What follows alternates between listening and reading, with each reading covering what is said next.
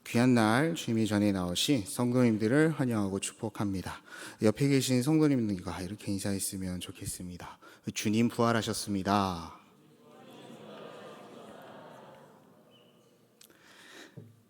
네, 오늘은 총선입니다.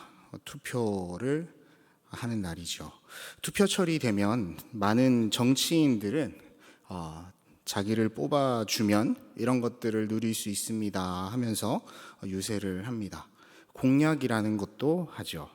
이렇게 약속을 공적으로 하면서 유권자들에게 표를 달라고 요구하는 것입니다.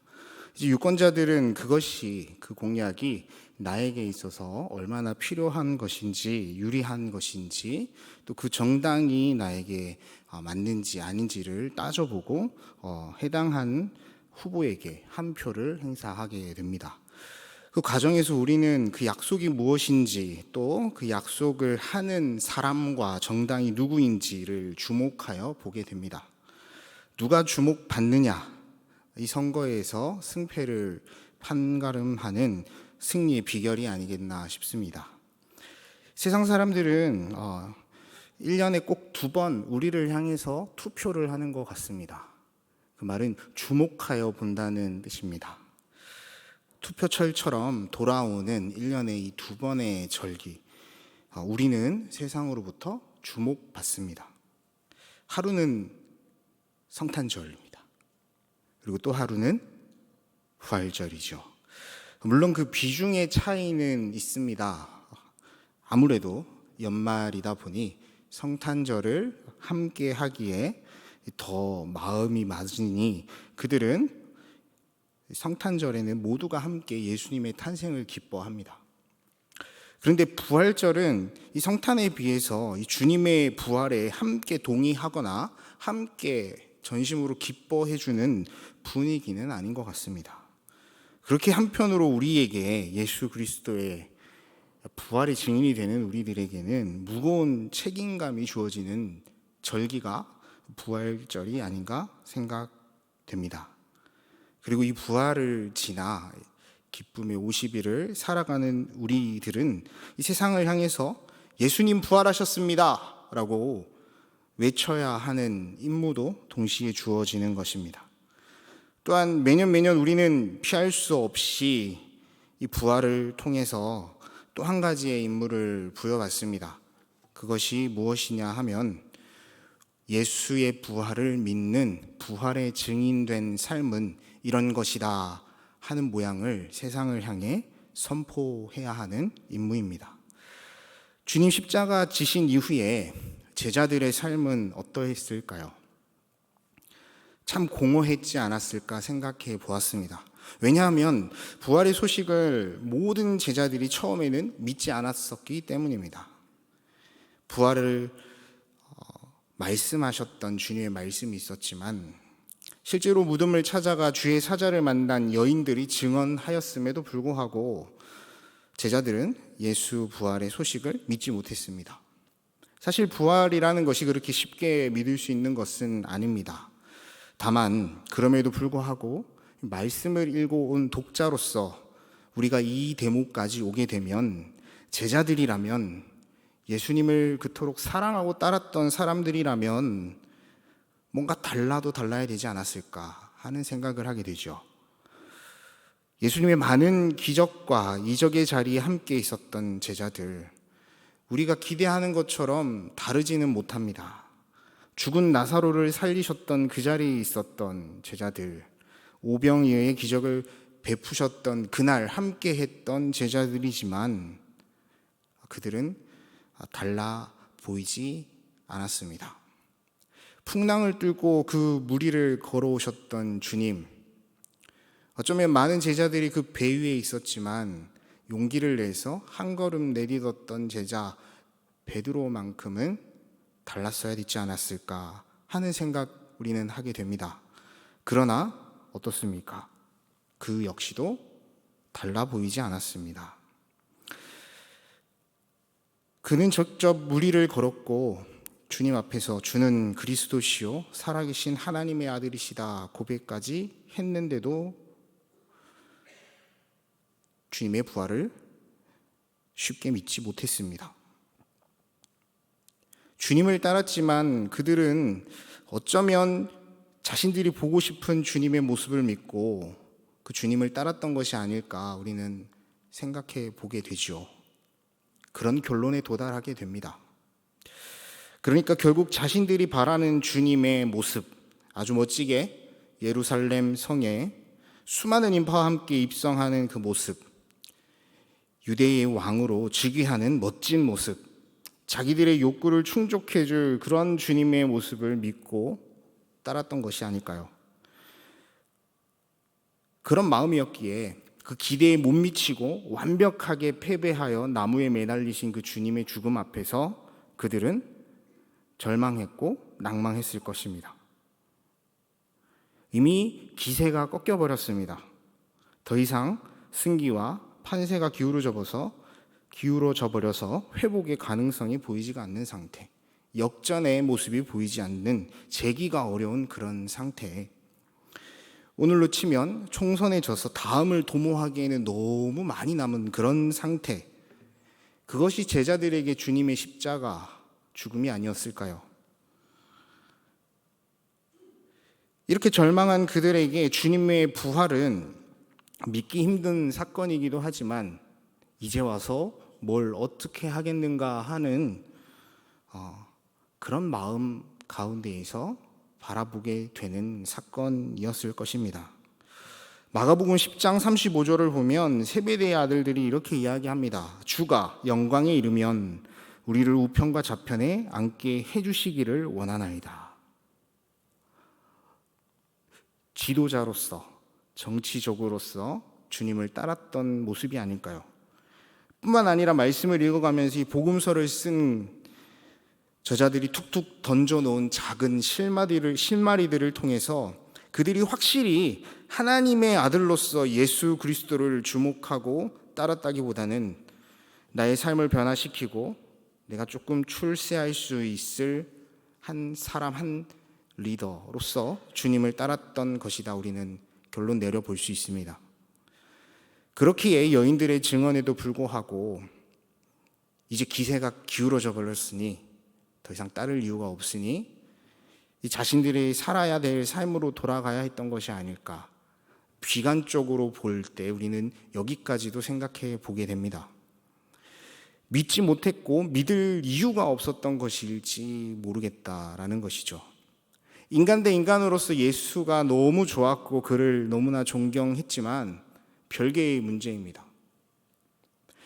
누구보다도 주님을 사랑했던 그의 수제자 베드로도 주의 그 예언의 말씀이 죽기 직전까지 한치의 오차 없이 모두 다 성취된 것을 보았음에도 불구하고 원래 하던 일을 하기 위해 갈릴리 바다로 돌아가고 말았습니다. 그런데 오늘 본문을 보니까 그가 달라졌습니다. 그가 하나님을 주목하라 큰 소리를 치고 있습니다. 저는 이 베드로의 삶의 변화를 보면서 이것은 완벽한 변화다라는 생각을 하게 되었죠. 정치인을 따르던 어떤 보좌관의 모습이 아니라 정말로 하나님의 아들 예수 그리스도의 증인이 되었구나라는 생각을 하기에 충분한 모습이었습니다.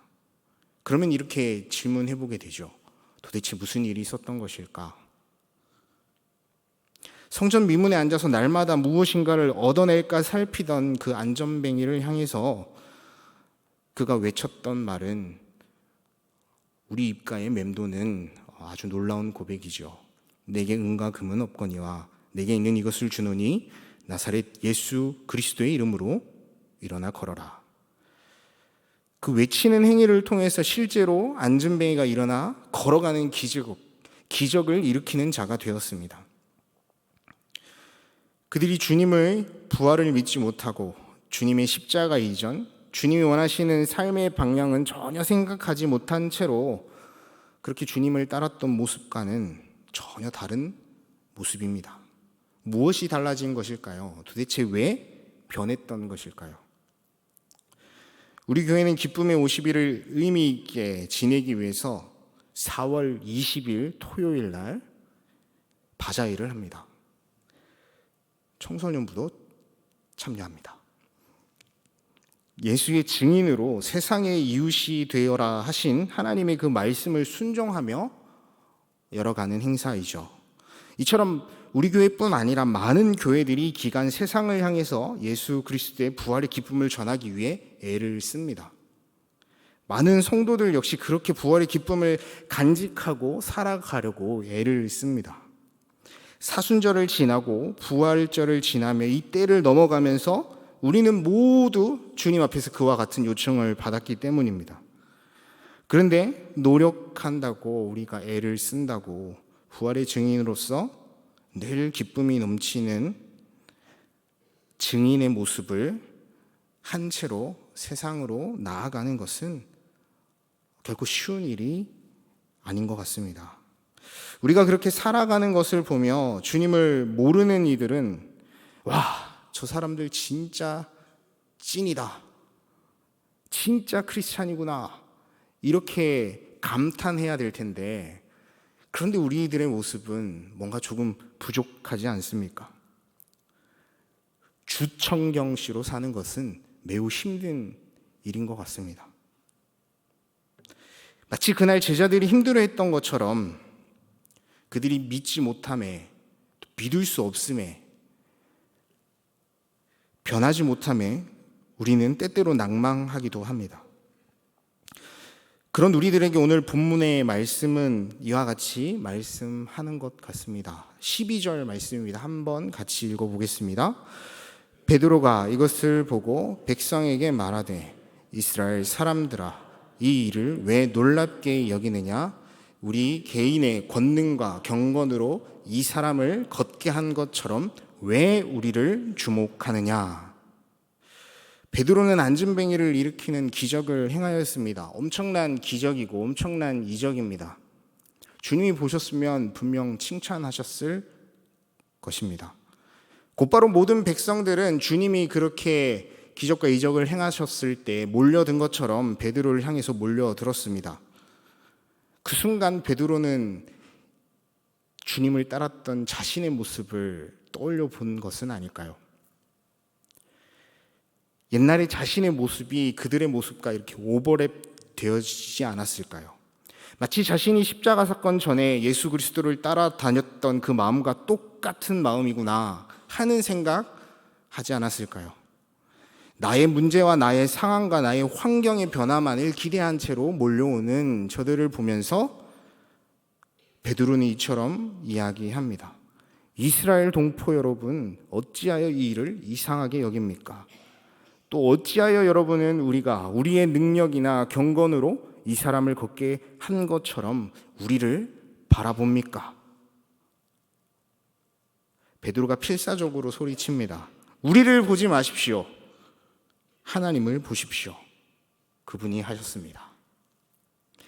우리가 십자가에 못 박은 그분을 살리신 하나님이 하신 것이고 그 이름을 믿는 믿음이 한 것입니다. 하나님을 바라보고 하나님의 말씀을 청정하고 하나님을 경배하는 완벽한 주청경으로 살아가는 자의 고백이 아니겠습니까? 이 길을 먼저 걸어본 자의 고백이기에 힘이 있고 이 길을 먼저 걸어본 자의 외침이었기에 진실된 외침이 아니었을까요? 그런데 문제는 어떻게 이것이 가능했느냐 하는 것입니다. 이 복음서에 등장하는 베드로의 모습과 이 사도행전 3장에 등장하는 베드로 이 모습의 간극이 너무 큽니다. 도대체 그간 어떤 일이 있었던 것일까? 말씀을 준비하는 내내, 아니 부활의 절기를 지내는 내내 제 안에 이런 마음이 있었습니다. 우리 청소년부 아이들과 말씀을 나누면서도 말씀을 대언하는 자로 제가 서 있지만 왜 나는 변하지 못할까? 주님, 왜 저는 베드로처럼 변화된 삶으로 나아가지 못합니까? 제가 왜 이렇게 고백을 하고 주님 앞에 기도할 수밖에 없었느냐면 제가 이 베드로라는 인물을 가지고 이 사순절을 함께 지나왔기 때문입니다. 그러면서 그의 부족함을 보았고 그의 간간히 힘내어 고백하는 모습도 보았습니다. 그리고 부활의 아침 여인들의 증언을 믿지 못하고 그 무덤가를 슬며시 들여다보고 다시 돌아가 자기 일을 했던 그 모습도 제가 설교했던 내용입니다. 그런데 그가 이렇게 변화되었습니다. 그러니 제 마음속에 주님 저도 변하고 싶습니다 라는 생각이 드는 것이 당연하죠. 왜 나는 부활의 증인으로 물이 포도주가 된 것처럼 그렇게 맛을 내는 사람이 될 수는 없을 거야. 그런 생각에 사로잡혀 있을 때쯤 우리 청소년부 비전 트립을 보내기로 결정하신 몇몇 부모님들과 이런 이야기를 나누게 되었습니다. 비전 트립을 다녀오면 보통 아이들의 삶이 변화가 되지요? 라는 물음이었습니다. 뒷말은 줄이겠습니다. 뒤에 이어질 내용은 어떤 내용인지 아시겠죠? 갔다 왔는데도 전혀 변화가 없었다는 말입니다. 아니, 더 나빠진 모습이 드러나고 있다는 이야기였습니다. 그런데 이런 이야기가 한두 건이 아니었습니다. 저는 기억합니다. 그 필리핀 비전 트립 이후에 변화된 아이들의 모습을 기억합니다. 간증하러 올라와서 눈물을 쏟아내던 아이들의 모습을 기억합니다. 그런데 왜 지금은 그럴까? 왜 주를 믿는 부모에게서조차도 찐이구나라는 이야기를 듣지 못하는 걸까? 이래선 안 되는데. 그런 생각이 들고 저 또한 그렇게 찐이라는 생각을 저 스스로 하지 못하게 되니 말씀을 선포하는데 자신감이 떨어졌습니다.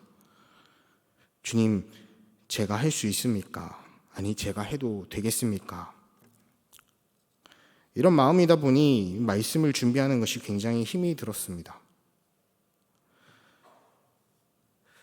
또 청소년부 안에서 사역팀을 운영을 하며 아이들이 매주 스스로 예배를 준비하는데 그렇게 아이들끼리 모여서 연습하고 예배를 준비하다 보니 의견 충돌이 일어납니다.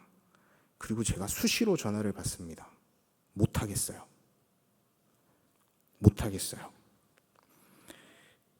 새롭게 개편되어 중고등부가 합쳐져 청소년부가 되었는데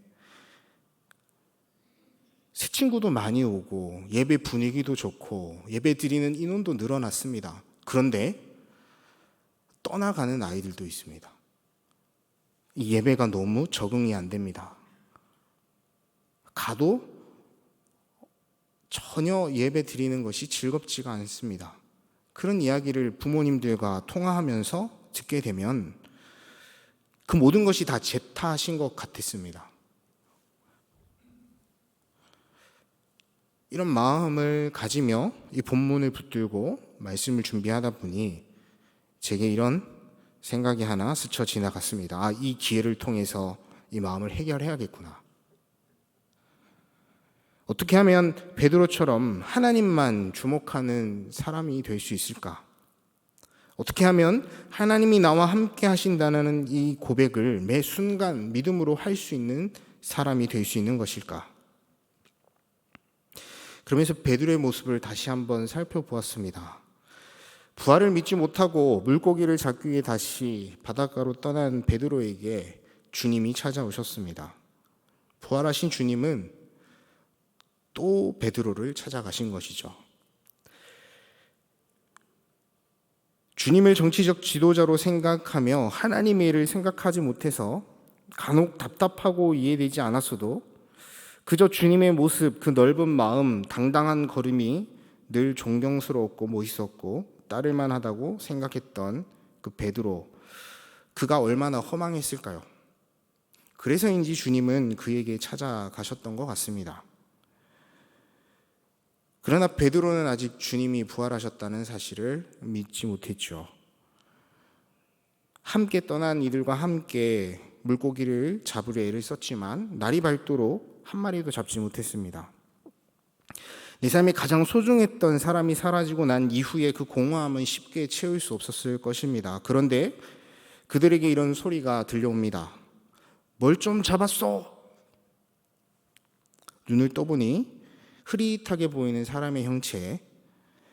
아마도 베드로와 제자들은 물고기를 사러 온 상인이 아닐까 생각했을 것입니다. 그래서 이렇게 대답합니다. 아니요, 한 마리도 잡지 못했습니다. 아무것도 없소이다. 보통 이렇게 이야기하면 돌아가겠죠.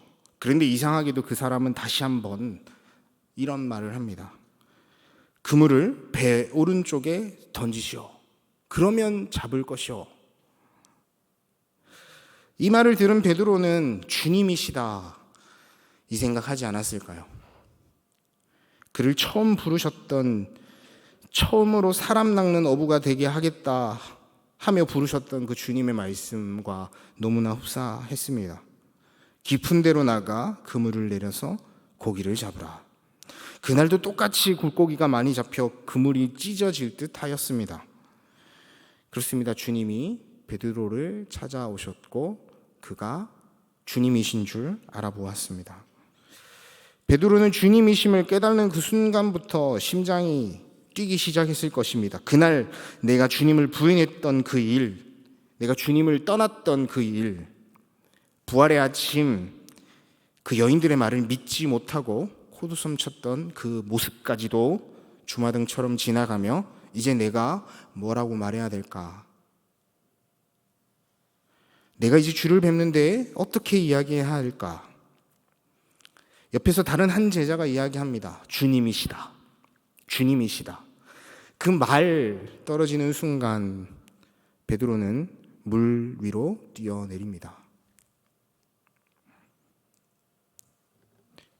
입장을 바꿔봤습니다. 나였다면 어땠을까?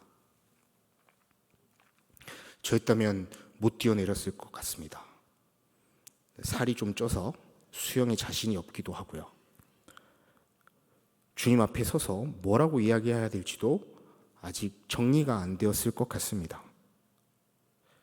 저는 아무래도 끝까지 배에 엉덩이를 붙이고 앉아서 끌려가듯 따라가는 사람 중에 한 명이었지 않을까 생각해 봅니다. 그런데 그는 즉시 뛰어내립니다. 풍랑이 치던 그날도 그랬습니다. 모두가 벌벌 떨고 두려워할 때 그날도 그는 용기를 내었었죠. 마찬가지로 그는 용기를 내었습니다. 내 모습이 어떠하든 날 찾아온 주님을 향해서 내 하던 일을 제쳐두고 몸을 던진 것입니다. 저는 이것이 그가 변한 첫 번째 이유라고 생각해야 했습니다. 주님이시다.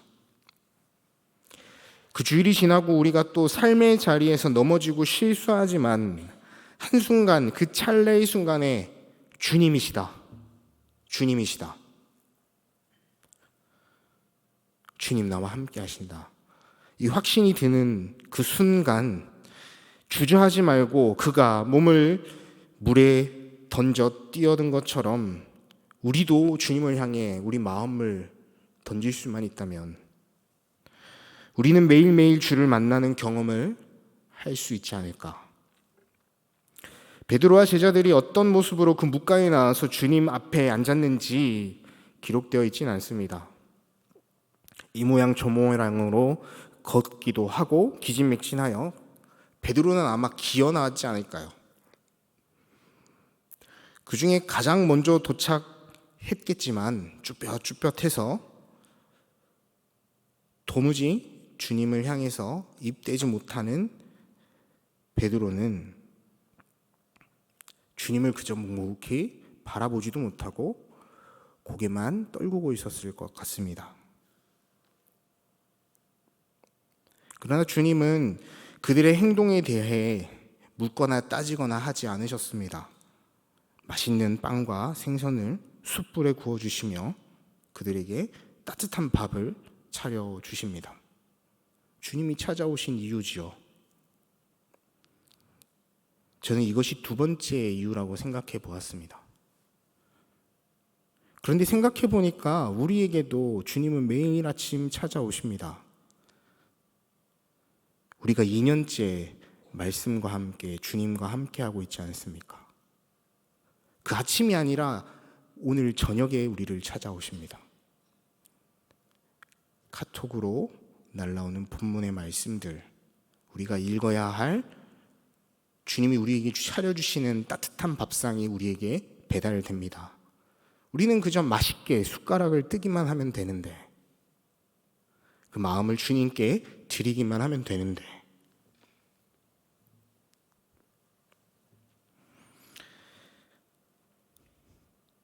이렇게 말씀을 준비하면서 저는 이런 상상을 한번 해봅니다. 시간이 지나서 제가 백발이 되고 나이가 많이 먹어서는 주님, 오늘 이 커피 맛이 참 좋습니다, 이렇게 이야기하는 대화 주님과 나누었으면 어떨까? 그날 아침 베드로와 제자들은 즐거운 담소를 주님과 나누지 못했을 것입니다. 어색한 침묵만 있었을 테지요. 실제로 본문에도 주님이 먼저 물으십니다. 어떻게 물으셨습니까? 요한의 아들 시몬아, 네가 나를 사랑하느냐? 네가 나를 사랑하느냐? 네가 나를 사랑하느냐? 꼭 베드로가 부인했던 그 횟수만큼 다시 물으시는 것 같습니다. 꼭 베드로를 부르셨던 그날 그때처럼 그를 찾아오셨는데, 그가 그 아픈 마음에서 벗어날 수 있도록 또다시 기회를 주는 것 같습니다. 그 마지막 물음에 베드로는 근심하며 대답합니다. 대답은 내가 주를 사랑하는 줄 주님이 아십니다 였지만 그 표정은 근심하고 있었습니다. 제가 이 말씀을 나누며 우리 청소년부 친구들에게 물었습니다. 그러니 그 중에 한 명이 이렇게 대답을 합니다. 자신이 없어서가 아닐까요? 그렇습니다. 자신이 없습니다. 우리는 자신이 없지만 우리에게는 작은 믿음이 있죠. 주님, 내가 주님을 사랑하는 줄 주님이 아십니다. 저는 이것이 세 번째 이유라고 생각합니다. 우리들은 참 자신이 없습니다. 저도 참 자신이 없습니다. 그러나 우리가 하는 것이 아닙니다. 주님이 하십니다. 주님은 우리에게 이렇게 물으시는 것 같습니다. 네가 나를 믿느냐? 네가 나를 믿느냐? 내가 일할 것을 네가 믿느냐? 그때 우리는 주님 믿습니다.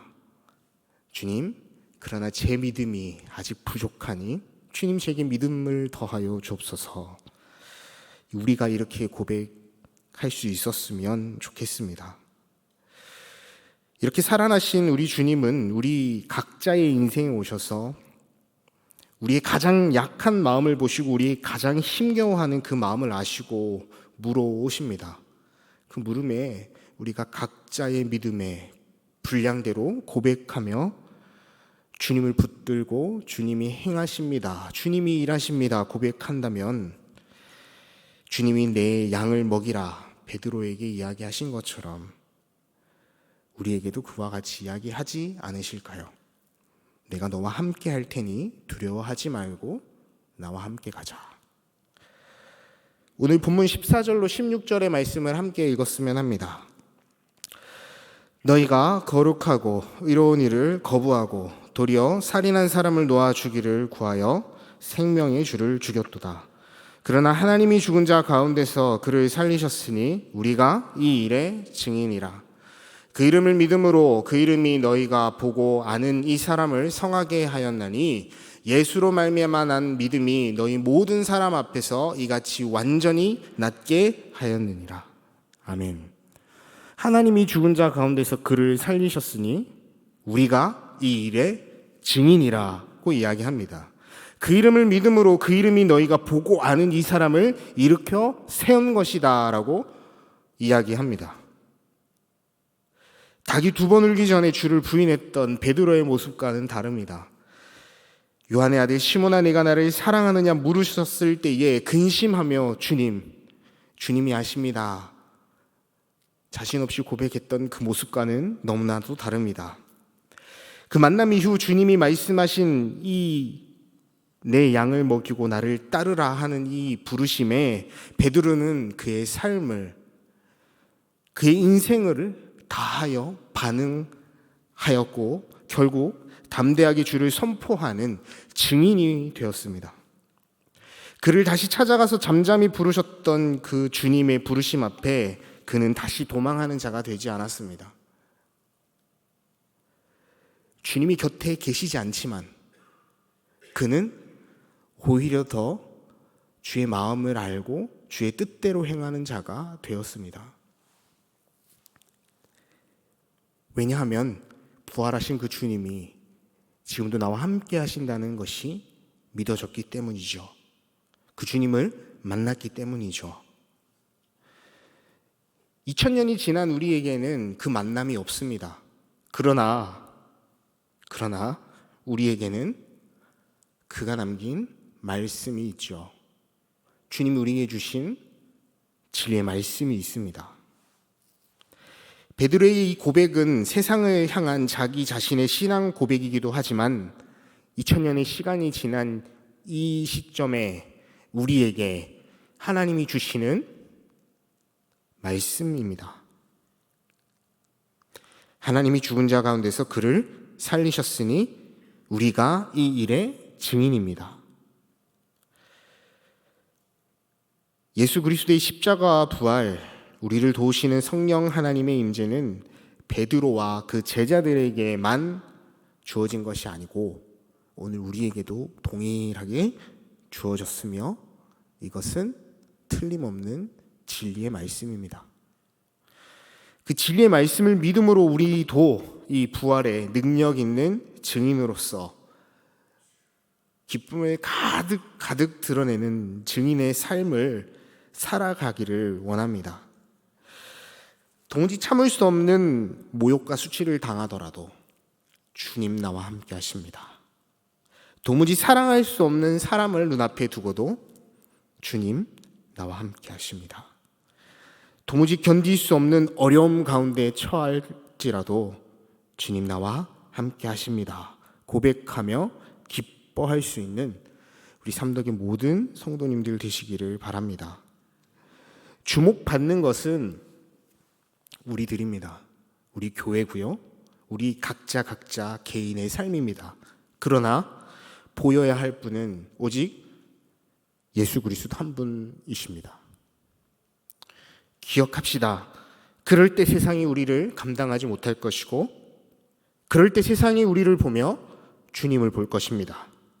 이 세상을 살지만 하늘에 계신 우리 아버지를 주목하는 삶, 세상 사람들이 우리를 향하여 어떻게 그럴 수가 있습니까? 칭찬하는 그 순간에 우리도 어떻게 우리를 주목하십니까?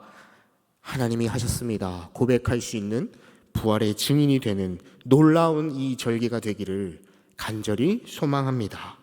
이 시간 함께 이 찬양하며 주님 앞에 기도했으면 합니다.